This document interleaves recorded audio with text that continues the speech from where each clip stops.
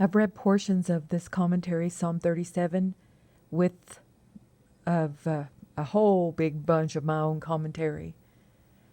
And I think I pretty much said what needs to be said, and I put up videos about coming out of Freemasonry and the struggles and even the attacks from family. So I'm just going to read through the commentary as it is itself now.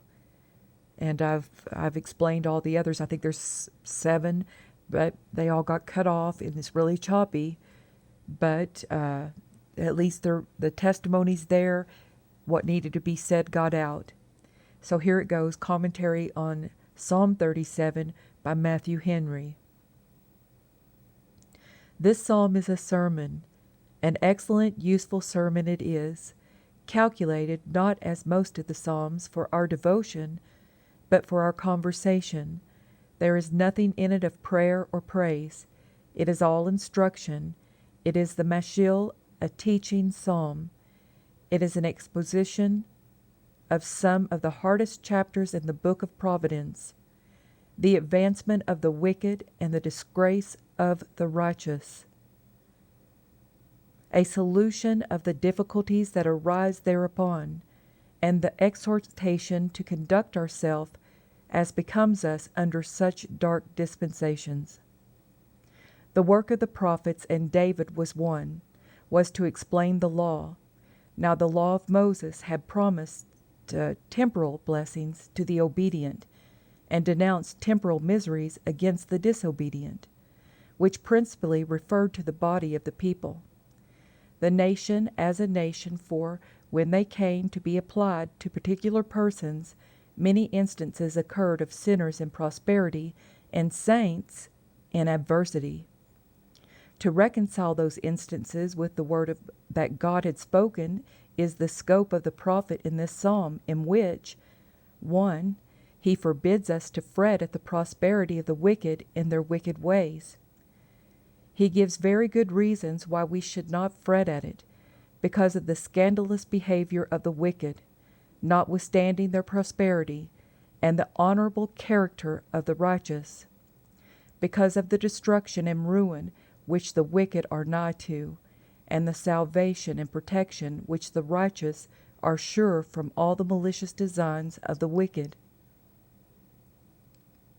Because of the particular mercy God has in store for all good people and the favor He shows them, He prescribes very good remedies against the sin of envying and the prosperity of the wicked, and great encouragement to the use of those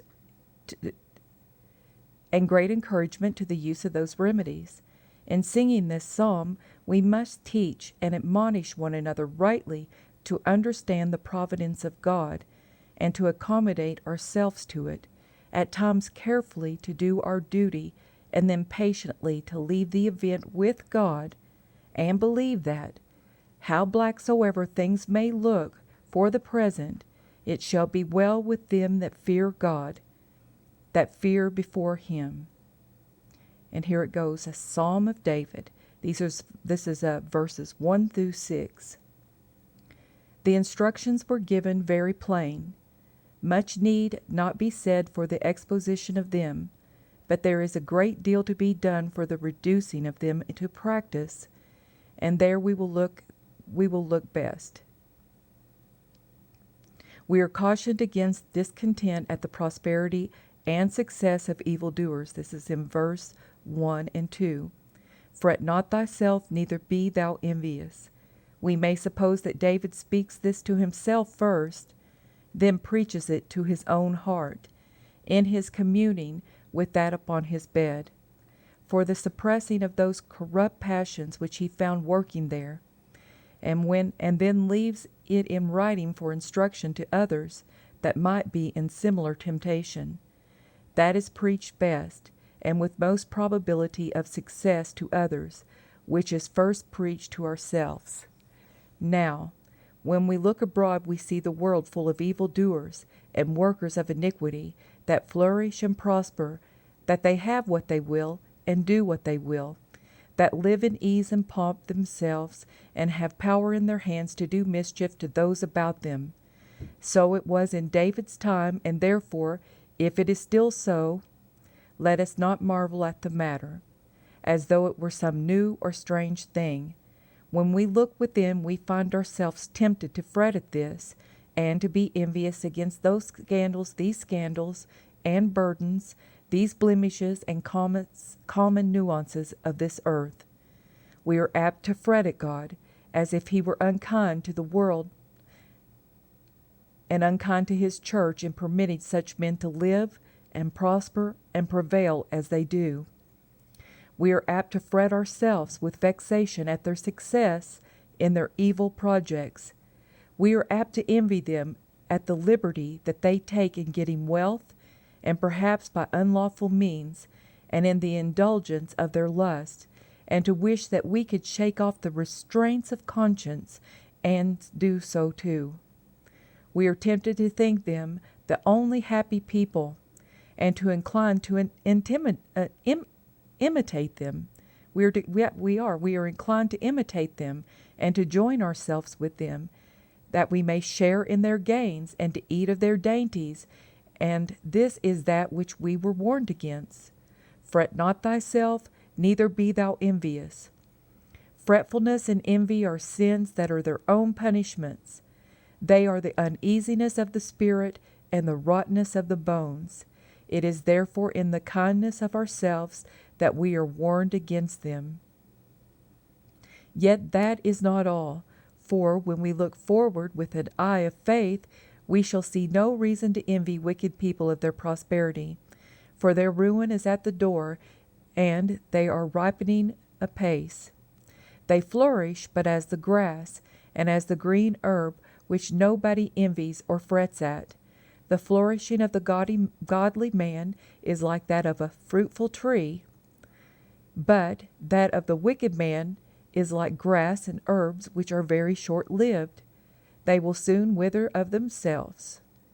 Outward prosperity is a fading thing, and so is life itself to which it is confined. They will sooner be cut down by the judgments of God. Their triumphing is short, but their weeping and wailing will be everlasting. We are counseled to live a life on confidence and complacency in God, and that will keep us from fretting at the prosperity of evildoers. If we do well for our own souls, we shall see little reason to envy those that do ill for others. Here are 3 excellent precepts which we are to be ruled by, and to enforce them. 3 precious promises which we may rely upon. 1. We must make God our hope in the way of duty, and then we shall have a comfortable subsistence in this world. It is required that we trust in the Lord and do good, and that we confide in God and conform to Him.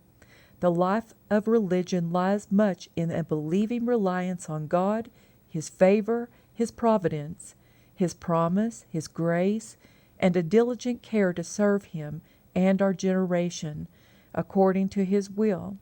We must not think to trust in God and then to live like as we list. No, it is not trusting God, but tempting God, if we do not make conscience of our duty to Him. We must not think to do good and then trust to ourselves and our own righteousness and strength. No, we must both trust in the Lord and do good, and then it is promised we shall be well provided for in this world. So shalt thou dwell in the land, and verily thou shalt be fed. He does not say, so shalt thou get preferment. Dwell in a palace and be feasted. This is not necessary. A man's life consists not in the abundance of these things, but thou shalt have a place to live in, and that in a land in Canaan, the valley of vision, thou shalt have food convenient for thee. This is more than we deserve. It is as much as a good man will stipulate for. And it is enough for one that is going to heaven. Thou shalt have a settlement, a quiet settlement, and a maintenance, a comfortable maintenance. Verily thou shalt be fed. Some read it, thou shalt be fed by faith, as the just are said to live by faith, and it is a good living, good feeding upon the promises. Verily thou shalt be fed, as Elijah in the famine, with what is needful for thee. God himself is a shepherd, a feeder to all those that trust in him. Psalm 23:1. 2. We must make God our heart's delight, and then we shall have our heart's desire. We must not only depend upon God, but solace ourselves in him. We must be well pleased that there is a God, and he that is such a one as he has revealed himself to be, and that he is our God in covenant. We must delight ourselves in his beauty, bounty, and benignity. Our souls must return to him and repose in him as their rest and their portion forever. Being satisfied of his loving kindness, we must be satisfied with it, and make that our exceeding joy. We are commanded to do good, and then follows this command to delight in God, which is as much privilege as a duty. We make conscience of the obedience to God. We may then take the comfort of a complacency in him. And even this pleasant duty of delighting in God has a promise annexed to it, which is very full and precious, enough to recompense the hardest services. He shall give thee the desires of thy heart. He has not promised to gratify all the appetites of the body and the humors of fancy, but to grant all the desires of the heart, all the cravings to be renewed, sanctified soul. What is the desire of the heart of a good man? It is this, to know and love and live to God, to please him and to be pleased in him. We must make God our guide. Part 3. We must make God our guide and submit everything to his guidance and disposal. Then all our affairs, even those that seem most intricate and perplexed, shall be made to issue well and to our satisfaction. The duty is very easy, and if we do it aright, it will make us easy. Commit thy way unto the Lord, roll thy way upon the Lord. So the margin reads it, Proverbs 16:3, Psalms 55:2, cast thy burden upon the Lord, the burden of thy care, 1 Peter 5:7. We must roll it off ourselves so as not to afflict and perplex ourselves with thoughts about future events, in Matthew 6:25. Not to cumber and trouble ourselves either with the contrivance of the means or of the expectation of the end, but refer it to God, leave it to him by his wise and good providence to order and dispose of all our concern as he pleases. Retreat thy way unto the Lord, that is, by prayer spread thy case, and all thy cares about it before the Lord.